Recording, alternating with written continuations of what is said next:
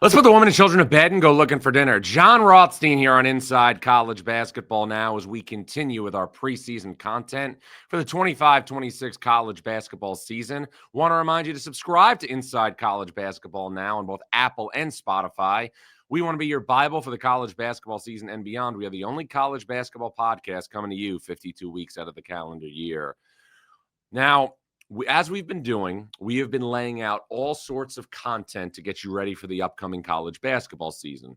Sometimes we're looking at questions surrounding certain conferences. Other times we're looking at key players, key games to watch. How about some big-time coaches? We've covered all that.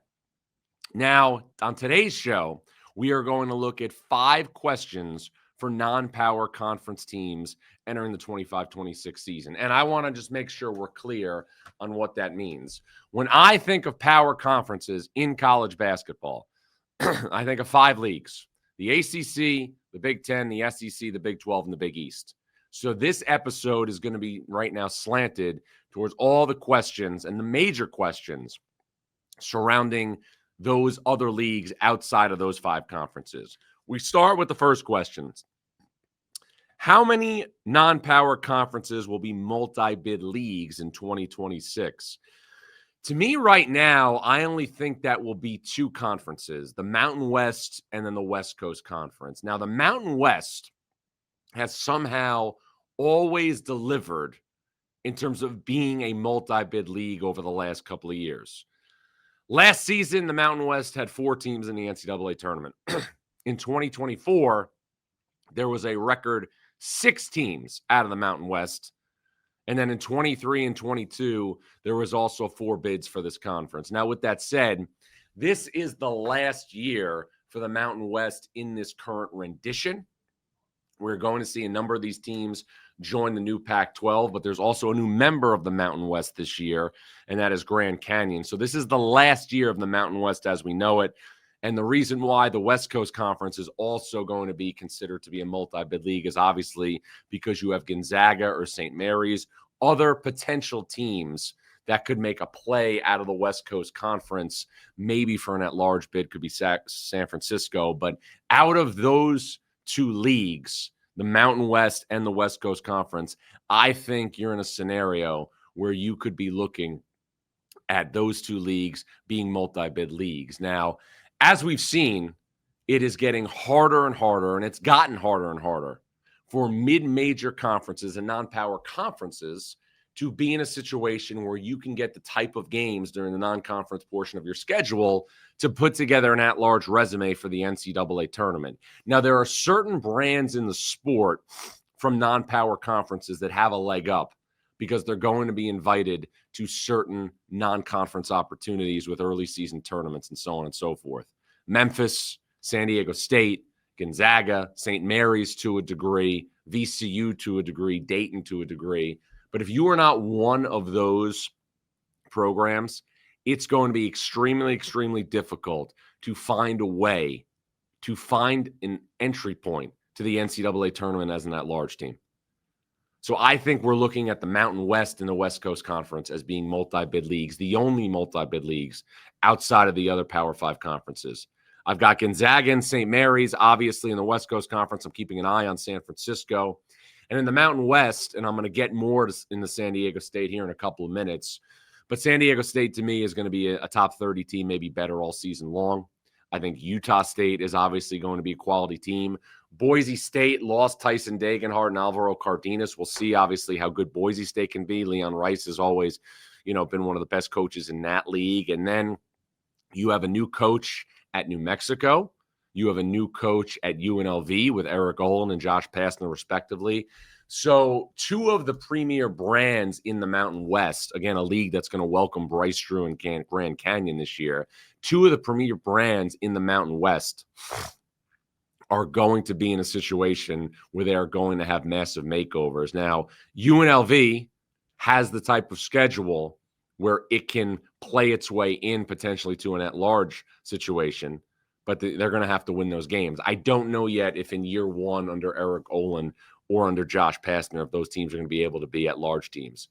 Now, the other league that over really the last 10 plus years that has found a way that is not a power conference to get multiple teams in the NCAA tournament is the Atlantic 10.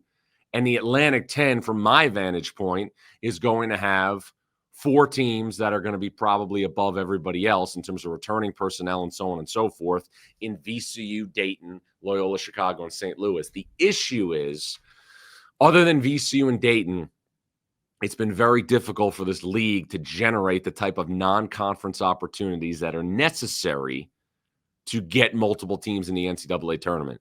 And this has been a recurring theme for the Atlantic 10. Remember, in 2013, the Atlantic 10 got 5 teams in the NCAA tournament. In 2014, the Atlantic 10 got 6 teams into the NCAA tournament. That year, the Atlantic 10 had as many teams in the NCAA tournament as the ACC. Now, with that said, after that season in 13-14, the Atlantic 10 shifted to an 18-game league schedule from 16, and it compromised its non-conference scheduling flexibility, and the league hasn't been the same since. And there's been a couple of years where there's been multi-bids for the NCAA tournament, but that was a byproduct of things happening at the Atlantic 10 tournament. 2024, Duquesne won the Atlantic 10 tournament under Keith Dambrot. First NCAA tournament appearance since 1977. Duquesne and Dayton, who pushed out from the rest early in that season under Anthony Grant, both went to the NCAA tournament. In 2023 and in 2025, under Mike Rhodes and Ryan Odom respectively, VCU won in excess of 25 games, and VCU won the Atlantic 10 tournament. And the 2 seeds that the Atlantic 10 tournament champion got those years were 12 and an 11. If you're a program like VCU now, if you are a program like Dayton now, if you are a program that has the ability to get big games, all of your efforts should be on your non-conference schedule. And Dayton and VCU have done that. VCU is going to NC State. VCU is playing Utah State. VCU is going to the Battle for Atlantis. Dayton is obviously putting together a very good non-conference schedule. There's games against Cincinnati and Florida State, and there's also games in there's games in Orlando as part of the ESPN Events Invitational with Georgetown, with BYU, and Miami in that field. But that's what you have to do. You have to make your case and push out from the rest in November and December. So for me right now, for this first question, what leagues among non-power conferences are going to be multi-bid leagues in 26? The WCC and the Mountain West. Question number 2. Does Gonzaga have enough guard play to remain a national force? That's the million-dollar question right now in Spokane. Because if you're evaluating front courts right now in college basketball and you're evaluating returning personnel, you can make the case unequivocally that Gonzaga, with Graham Ike, with Braden Huff, has as good of a power forward center combination as there is in college basketball. But the guard play is the major question in Spokane. Now think about the point guards over the last decade or so, give or take, that have anchored Gonzaga's teams. Kevin Pangos, Nigel Williams-Goss, Josh Perkins, Jalen Suggs, Ryan Nembhard, Andrew Nembhard. There has been a decade of beautiful point guard play for Gonzaga. And now we're going to see if after a couple of years of Ryan Nembhard, if Gonzaga's point guard play will be up to the task.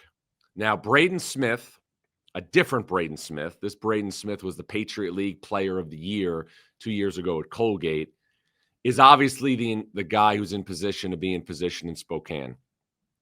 Him, Adam Miller, a veteran transfer from Arizona State, Jalen Worley, all guys who were in play for Gonzaga on the perimeter. But Braden Smith is somebody, when I was doing the NCAA tournament in 2024 in Memphis, I was part of a crew that had the Baylor-Colgate game.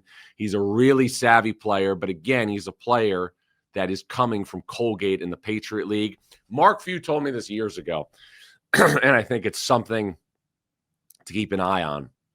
I remember it because it was the year before Gonzaga played in the Final Four for the first time. So it must have been the summer of 2016.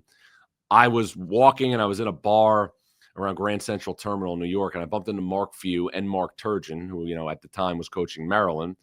And Mark Few was raving about the fact that he had guys who redshirted. And he said the scout team was so much better. It made us better in practice.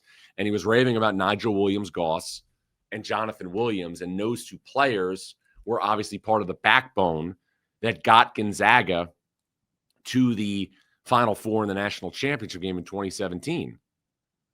Now I'm really curious what the redshirt years have been like for Braden Smith and Jalen Worley.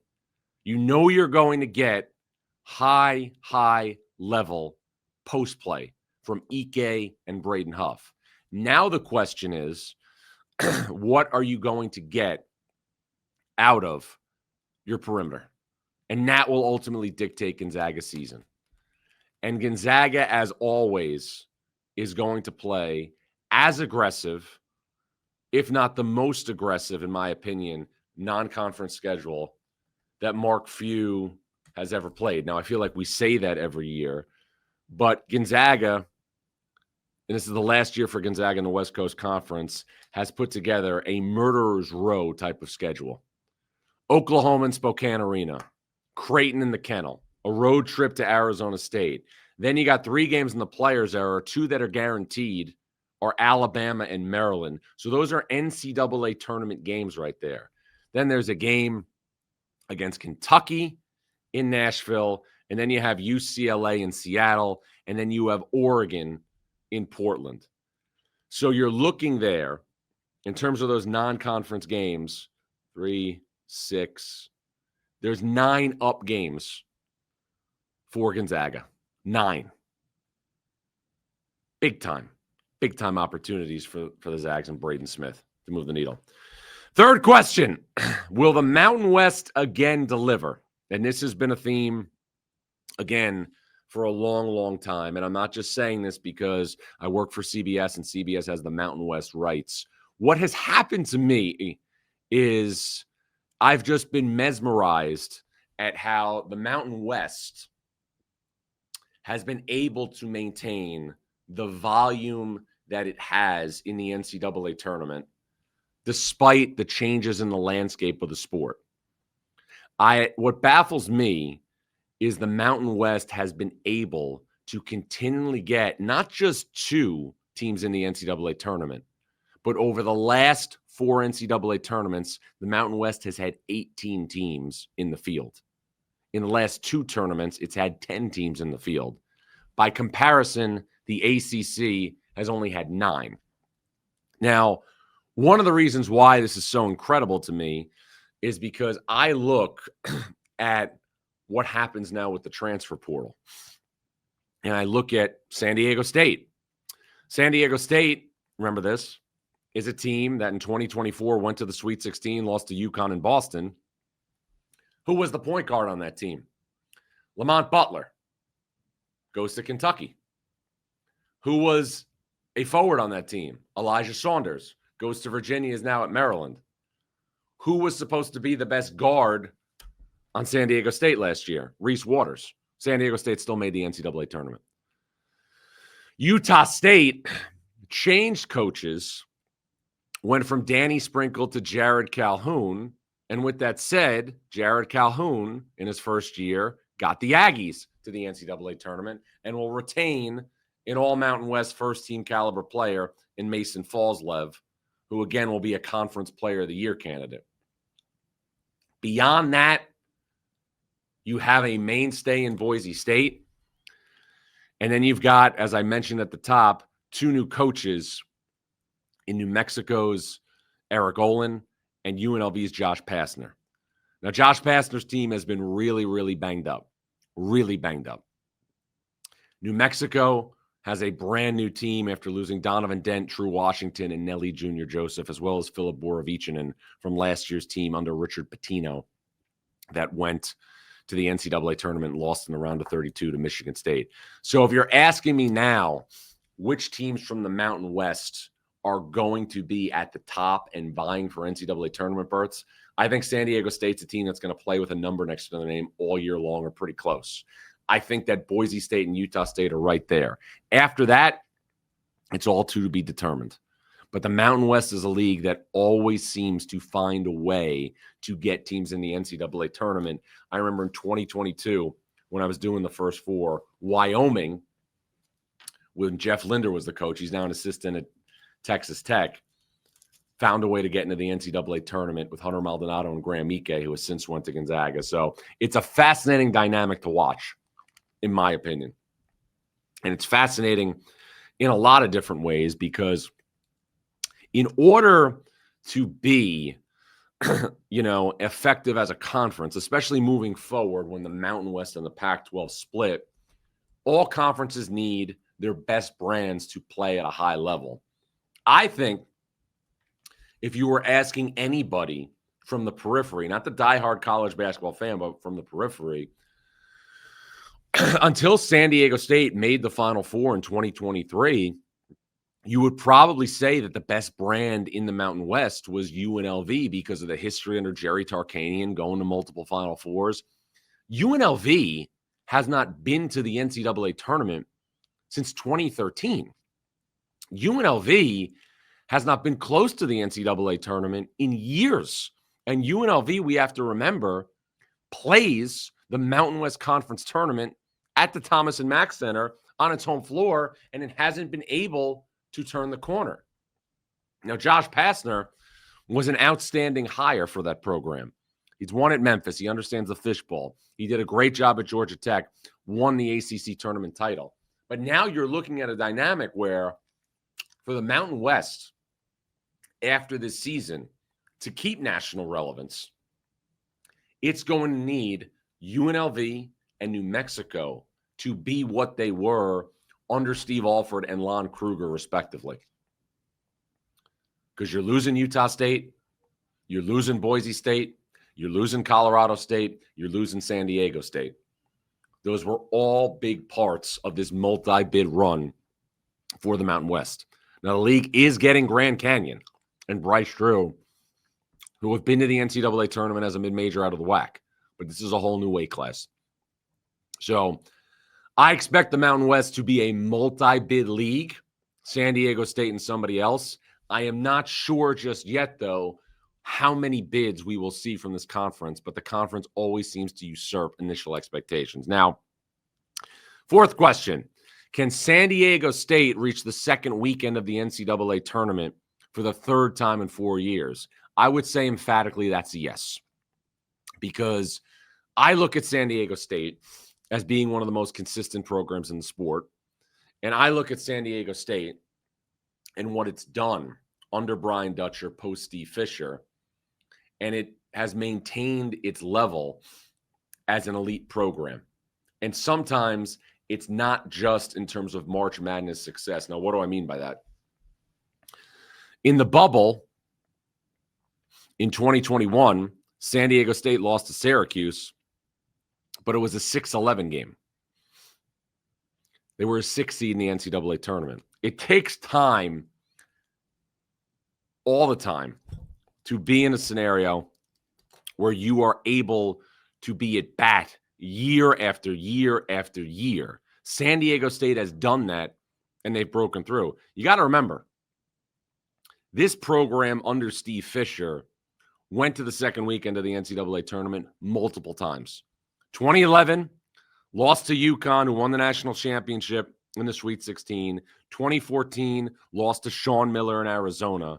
And it feels like San Diego State has gotten that type of cachet back over the last couple seasons. Going to the national championship game obviously helps, but so does following it up with a Sweet 16 appearance. So now you start thinking in your head, what rendition of this Aztecs team are we going to see? One of the best that's ever played under Brian Dutcher? The Malachi Smith team that won 30 games prior to COVID shutting down the NCAA tournament in 2020. We'll never know how good that team could have been, but I thought like it could have been a Final Four caliber team. 2023, the team that went to the national championship game and lost to UConn. San Diego State, I think, has had teams on that level, but that was the team that broke through.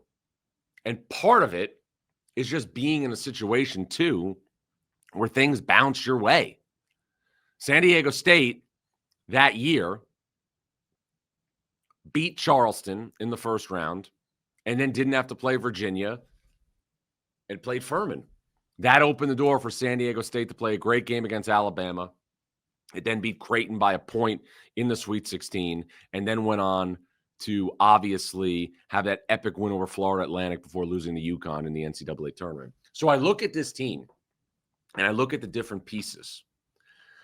San Diego State last year went to the NCAA tournament without Reese Waters, who was expected to be obviously a major cog in the offensive attack. He was out to a foot injury. He's back. He was 10 points per game roughly 2 years ago. So you add him to Miles Byrd, who flirted heavily with being, somebody who stayed in the NBA draft. He's back. He's a Mountain West Player of the Year candidate. And then the guy who could really, really make a jump, in my opinion, is Magoon Guaf. And he is a player who could go from somebody who was a really, really good name in the Mountain West to somebody who is a star in the college basketball landscape. Magoon Guaf last year as a redshirt freshman, Mountain West Freshman of the Year, Mountain West Defensive Player of the Year. And now you look at the ancillary pieces who are back from that year, from last year's team that went to the NCAA tournament, lost to North Carolina in the first four. B.J. Davis and Taj DeGorville in the backcourt. Pharaoh Compton, Miles Heide up front. Sean Newman comes in from Louisiana Tech as a transfer who was third in the nation in assists. Then you look at Latrell Davis, who, for all intents and purposes, is somebody who averaged double figures, in the league at San Jose State. He's a proven commodity at this level. San Diego State, to me, is a second weekend caliber team. San Diego State, though, is going to have to do its part in November and December.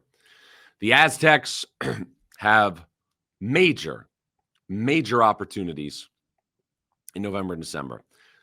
I was talking about San Diego State and Arizona in 2014. San Diego State is going to play Arizona again on December 20th in a non-conference game. And San Diego State, again, is going to be in the Players Era Festival this year with some big opportunities against Michigan and Oregon, and then a third game potentially. And if you remember, and you think about the fact that San Diego State was able to eke out a bid and be in the first four, San Diego State last year, in my opinion, the real reason why it was able to be in the NCAA tournament is because of what it did in the Players Era Festival in Las Vegas, beating Houston and beating Creighton. So to me, San Diego State is a team that could, for the third time in 4 years, go to the second weekend of the NCAA tournament. Fifth thing, what's next at Memphis? That is an interesting question. Memphis is not a mid-major job. Memphis is one of the best jobs among the non-power conference schools. Memphis is, on par with a San Diego State or a Gonzaga or a VCU. There's resources, there's everything. But Memphis, to me, this year will have the least amount of talent that it's had under Penny Hardaway. And Penny Hardaway has assembled great rosters during his time at his alma mater. But I'm looking at this team, the makeup of Memphis's roster. Doug McDaniel, Sincere Parker, Aaron Bradshaw, Quante Berry, Curtis Givens, Zachary Davis from South Carolina. To me, it doesn't feel anywhere near the teams that we have seen the past couple of seasons. Memphis had a really, really good team last season. PJ Haggerty, All-American. Dane Danger, a force in the middle. Tyrese Hunter, seasoned veteran college guard. I don't see any players on Memphis's roster of that caliber. Memphis, you got to remember, was a single-digit seed in the NCAA tournament and then wound up losing to a very, very hot Colorado State team in the NCAA tournament's first round. So we look then at some of the other teams that Memphis has had under Penny Hardaway. 2 years ago, and I want to give Penny Hardaway the benefit of the doubt for this, I thought Penny Hardaway had a team that could have been a Sweet 16 team until Caleb Mills was lost for the year with a season-ending injury. But 2 years ago, you had David Jones, you had Tyrese Hunter, you had answers, you had Naquan Tomlin, you had answers. I don't see Memphis's roster having those types of answers. 2023, you had a do-everything point guard in Kendrick Davis, and you had one of the great all-around forwards in college basketball in DeAndre Williams. And then the year before that in 2022, you obviously had a high draft pick in Jalen Duren and a team that went to the NCAA tournament and beat Boise State in the round of 64. DeAndre Williams was also on the team, as was Landers, Nolly, and Lester Canonis. I think if you're looking at the rosters and you're being fair and you're looking at the quality of the personnel, this is unequivocally the least talented roster that Penny Hardaway has had at Memphis. Now, with that said, Memphis has more than enough to be the best team in the American Athletic Conference and to go to the NCAA tournament by winning the American Athletic Conference. But going through November and December, if you're Memphis, like you have the past couple of years, where you've been in a position to get big win over big win, is going to be much more difficult with this roster. What does Memphis have coming up this season? November 8th, FedEx Forum, very good San Francisco team out of the West Coast Conference. Then you go to Oxford to play Chris Beard and Ole Miss. Then you have UNLV. Then you get Purdue and Baha Mar, and then you're either going to get Texas Tech or Wake Forest and Baha Mar.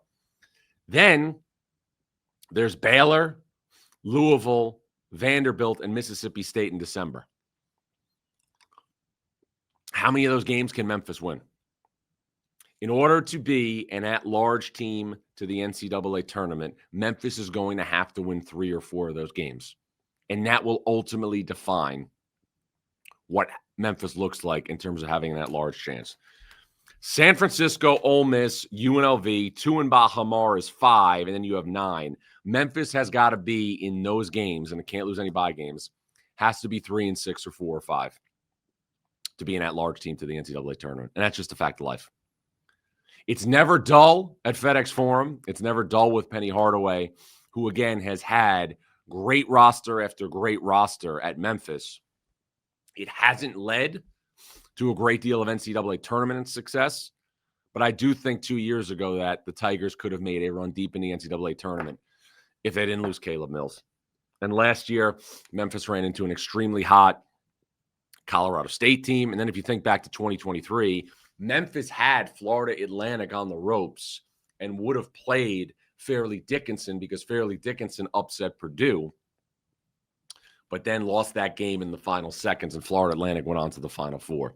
So there's a lot of obviously opportunities that could have went the other way for Memphis, but I think navigating the non-conference schedule for Penny Hardaway with the games he has this year with this roster will be as big of a challenge as he's ever had as Memphis's head coach.